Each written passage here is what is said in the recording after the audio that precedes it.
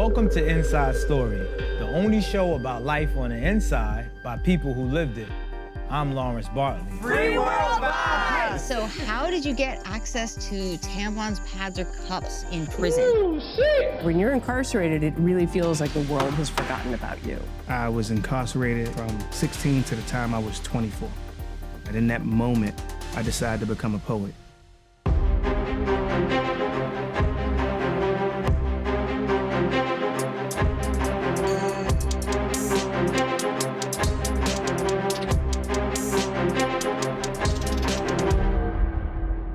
Most people never know what it's like to be incarcerated, and trust, that's a good thing. But it turns out there's a pretty easy way to gain an understanding of life on the inside without ever having to go.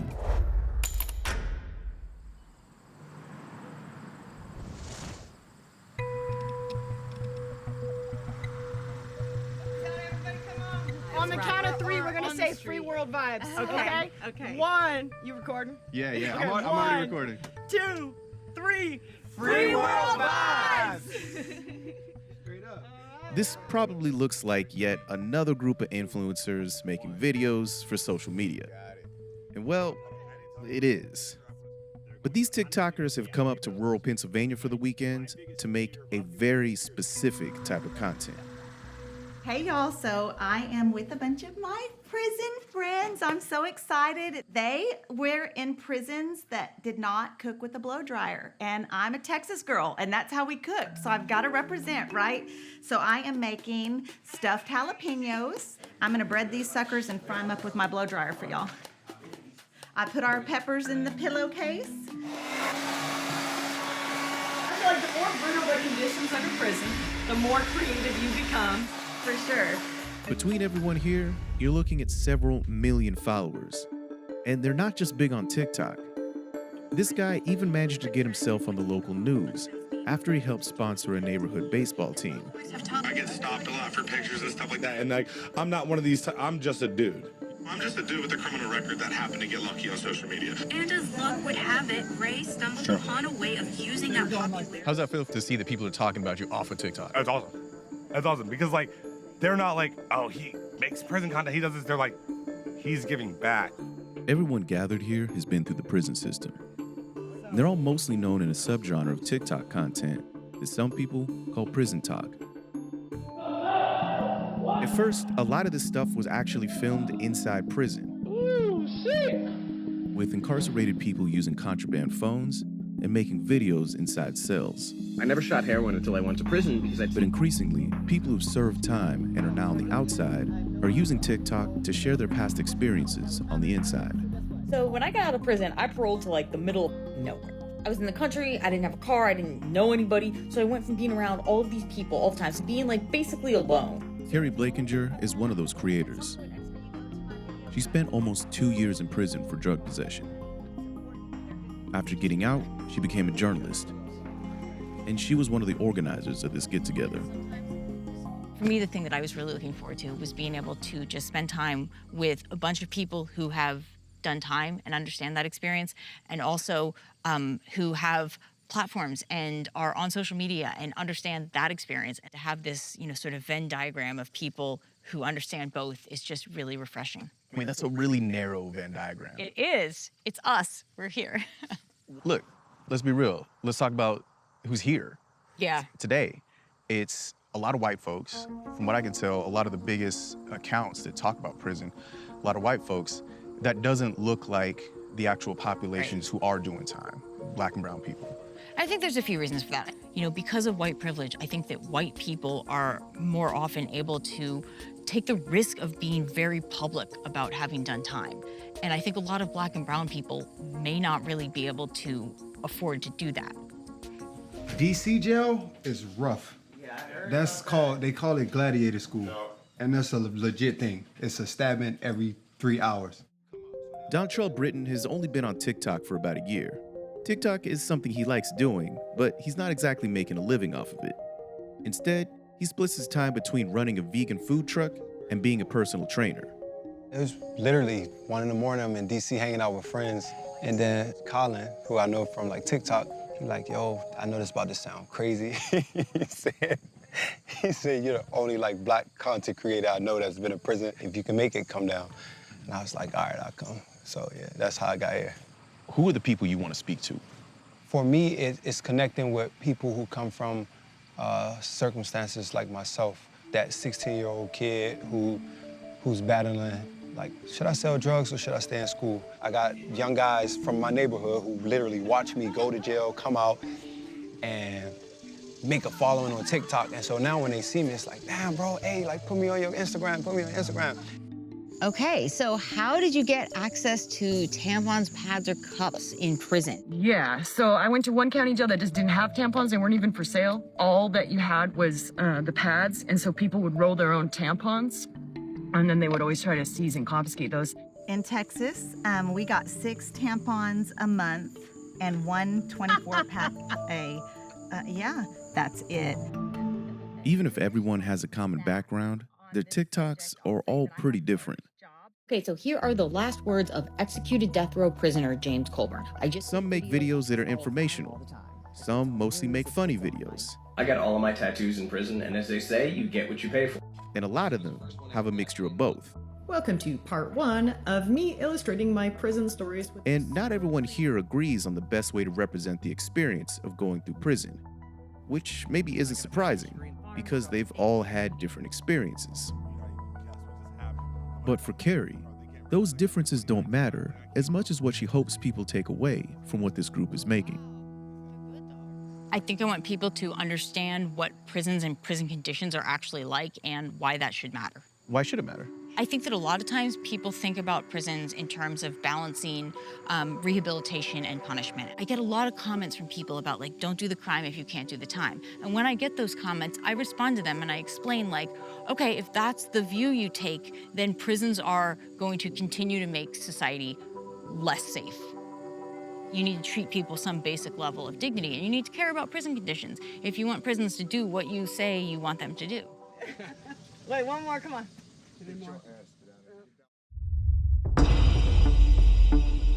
Billions of dollars given to state and local governments from the $350 billion COVID relief package went straight to the criminal justice system, according to a Marshall Project analysis. Some examples of where it went: new guns, armored vehicles, training facilities, and bonuses for police and correctional officers. Some Colorado prison inmates say they're being used as, in their words, slave labor. Last year, Colorado enacted a minimum wage for some prisoners, and other states are considering similar bills. The push to pay incarcerated workers ignited when they were forced to work at the height of the pandemic and got less than $1 an hour for it, if anything at all. Incarcerated workers produce more than $11 billion in goods and services a year. Several states deploy incarcerated workers to fight wildfires, and the trend's growing as blazes get more frequent and intense. We went to every fire station. They told me I was gonna never be a fireman. We just want a chance to prove to society that we can be great people. In California, lawmakers created a path for these firefighters to go pro once they get out. But in other states, most former prisoners still can't get a job in the profession they trained and risked their lives in while they were incarcerated.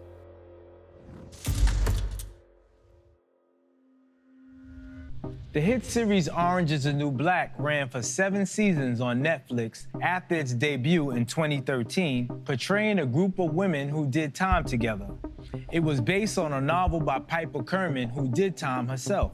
She sat down with me to talk about the writing process, as well as what's going on in America's prisons. What does the title mean, Orange is the New Black? So the title is perhaps obviously sort of a satirical joke about the legendary, notorious orange jumpsuit that we associate with incarcerated people. And sort of a snide joke, if you will, the idea that that could ever fit into a fashion cliche. It also refers to the fact that women have been the fastest growing part of the incarcerated population for decades now, right? The rate of incarceration for women has exceeded the rate of incarceration for men during mass incarceration. And it continues to rise, so the person wearing that orange jumpsuit is more likely than ever to be a woman. Did you begin writing that book while you were incarcerated?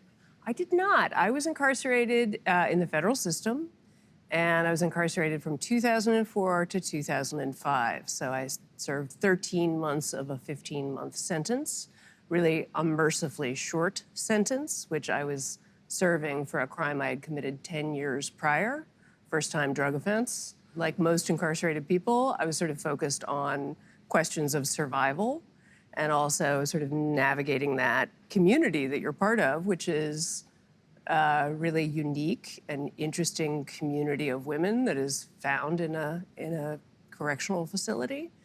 But what I was doing when I was incarcerated was writing a lot of letters to my people on the outside. I was really, really fortunate to receive mail from people who were on the outs and who cared about me. And you know, if you get a letter in prison, you write somebody back. That's you a know, fact. like a letter is like gold. Mail call was one of the most important times of day. So, but those letters to the outside sort of served the same purpose as the book, which was trying to explain what I was experiencing and what I was witnessing to people who are on the outside who maybe had never set foot in a prison or a jail. Can you tell me your intentions for the book? Was it represented appropriately in the series? You know, any book could not inform 7 seasons of television, so there's lots of departures from the true story that's told in the book. There's lots of new characters. What I care about so much and what makes me really happy about the series is that the themes from the book, which are themes of race and class and gender and power and friendship and empathy, those themes are in every single episode of the show, every single season, and that's what is important to me because those are the themes that I want people to think about when they think about mass incarceration and when they think about what's really happening to people behind the walls. It's your memoir, but some of the characters came from real life people. Has any of those folks in the book ever reached out to you about compensation? They have not. I mean, I am in touch with a lot of people who are women I did time with. And of course, I think about those questions of equity and fairness. So what I try to do is to donate some of the money that I earn to organizations that work to fight mass incarceration in some way. But what I prioritize is organizations that are led by formerly incarcerated people. Have you ever gone back into a prison to visit? Oh, I go into prisons and jails whenever I am invited and able to go. I just remember when you're incarcerated, it really feels sometimes like the world has forgotten about you. And I think it's so important to go into prisons and jails and to be like, I care about your situation, I care about the conditions in which you are trying to survive, I care about you coming home successfully. And I think it's really, you know, it's really important to do that. Yeah. I think it's important for everyone to do that.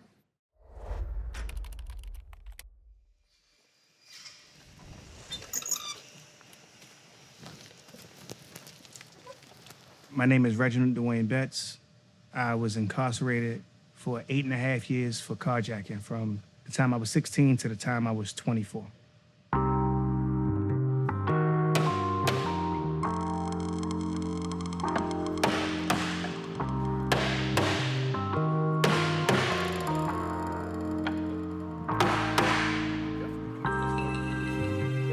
Yeah, we're gonna get some new nomenclature.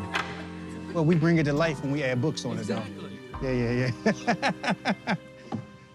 Somebody asked me, what would I do if I had no limits? I'm a lawyer. I've worked to represent friends of mine. I get that. But I felt like books have radically changed my life. And that books are often the one thing that's missing from the story. And so I thought we put millions of people in prison. There's a lot of people who don't have dignity in prison. I think books are a dignity-affirming instrument. And so I thought to myself, what if we put millions of books into prisons because we put millions of people in there? This is like a 4,000 square foot like warehouse, but we able to produce easily 2,000, 3,000, 4,000 libraries a year out of this space. The way we think about penitentiaries and prisons right now, and the way they function in society is as a vehicle to make people less proximate to those who they feel have caused folks harm, have caused folks suffering. And so I think about Freedom Reads as a project that's around proximity. And through proximity, I think you deepen your moral understanding in both directions. We were just talking about Richard here. Oh, that's what I was looking for, the fentanyl. Yeah, I told Clyde we had fentanyl. So the first one we did was at MCI Norfolk, which is the prison where Malcolm X was incarcerated. And what was dope about that is we built it in November 2021. We installed it, they gutted a prison cell. We put it inside of a prison cell. We came back for the official opening, was on December 9th, 2021. And that is the first morning, it's about 25 years to the day, the first morning that I woke up in prison, because I got locked up on December 8th, 1996, woke up on December 9th, came back in 25 years later, talking about books. When I was 16 years old and I was in solitary confinement and books were contraband in the hole. And these guys had set up an underground library and the only rule was if you called out for a book, somebody had one, they would send it to you. They didn't need to know your name, just the cell you were in. That was that story right there, me getting that book, it was The Black Poets by Dudley Randall. Changed my life forever. 16 years old, and in that minute, in that moment, I decided to become a poet. You could change the trajectory of your entire life based on something that you read in a book. And that really is the origin of Freedom Reads. People tell me all of the time, they ask me, what do you think you would have been if had you not gone to prison? They recognize that prison has given me these things that it seems like I wouldn't have gotten otherwise. And I agree.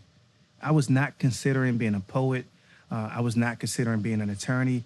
But when a judge told me I am under no illusion that sending you to prison will help you, that became the catalyst for everything that followed. Because I was committed to saying that something is very perverse when you live in a society and they say that this is not going to help you. So I did 8.5 years in prison, and all I was around was concrete and steel and plastic. I never got to see a tree, let alone to see wood where I lived. And so we make our libraries out of maple, out of oak, out of walnut. I remember when Troy said that when he was making these in Louisiana, Troy is one of our fabricators in Louisiana that built the modules, the libraries that we put in Angola. He came back into Angola like 90 days after he had been locked up there. And he was touching the wood and was like, I'm telling you, you could discover an ocean inside of this. And for people accustomed to just looking at concrete walls, I mean, this is like fantastic. Freedom Reads has been a project for people on the inside. And maybe just as significantly, Freedom Reads is a way for people on the outside to express our kinship, our support, and our belief in the possibilities of those on the inside.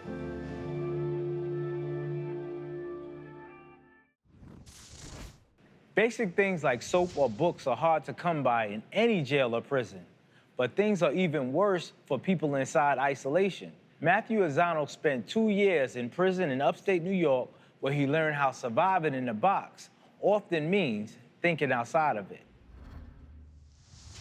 Any prisoner can tell you that a peculiar economy exists behind bars. Items like cigarettes are currency in transactions for everything, from food to toilet paper. Goods are in short supply, especially for those in solitary confinement. While serving 2 years for burglary, I reported on how people in New York's so-called special housing units, or SHU, buy and sell their goods. To understand how the economy works in what we call the box, you have to know how the units are laid out. In New York prisons, most solitary prisoners live in massive cell blocks, separate from the general population. There can be 200 cells stacked multiple tiers high, each rarely larger than 6 by 8 feet. Each cell often holds 2 men. For months, even years, people in the box are confined for 23 or 24 hours a day. Viewing the SHU from the outside, you don't see the cells themselves, but rather the attached recreation pens. Rec time is a clamorous affair. When the doors unlock, prisoners walk out. As men shout to each other from one side to the other, some guys are having conversations, others scream obscenities and threats. Amid the cacophony, people call out what they are trying to sell or buy, enlisting intermediaries to better communicate. Commissary is extremely limited in solitary.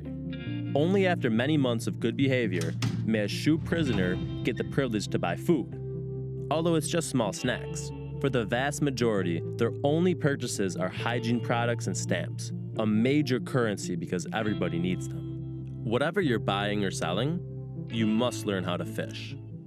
Fishing lines are made of ripped strips of sheets, towels, and clothes. With thin enough strips, you can make about 100 feet of line out of a single bed sheet. To fish, you attach the item you're selling to the line along with a weight, such as a bar of soap or a tightly rolled magazine. When you toss the line towards your buyer, the weight creates momentum needed to carry your item through the air and drag it towards the right cell after it lands. Of course, commodities can fall off the line or land in places where they can't be recovered. Arguments can ignite over accusations of theft, so you need to know who you can trust to pass on your goods. But the limitations make prisoners' proficiency all the more fascinating. One man told me about a guy in the 3rd tier who could shoot a line so accurately that the item slid underneath his target's door more than 100 feet away. Human survival has always depended on our ability to cooperate creatively. You literally have to think outside the box. In this episode, we met a handful of people trying to show the outside world what life is like on the inside. These creators can't always tell the whole story of prison life, but they offer the public an important glimpse. But what gets lost when the reality of prison life gets touched by Hollywood or social media? Sitcoms make us laugh, but will people tune in for a show about the painful reality of daily life in a cell? Or the day-to-day experience of being a correctional officer, especially a female one? Either way, social media is putting control back into the hands of people impacted by the system.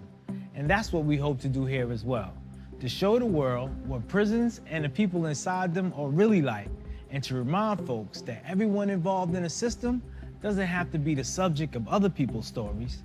Instead, they can be the inventors of their own. Thanks for watching, and I'll see you next time.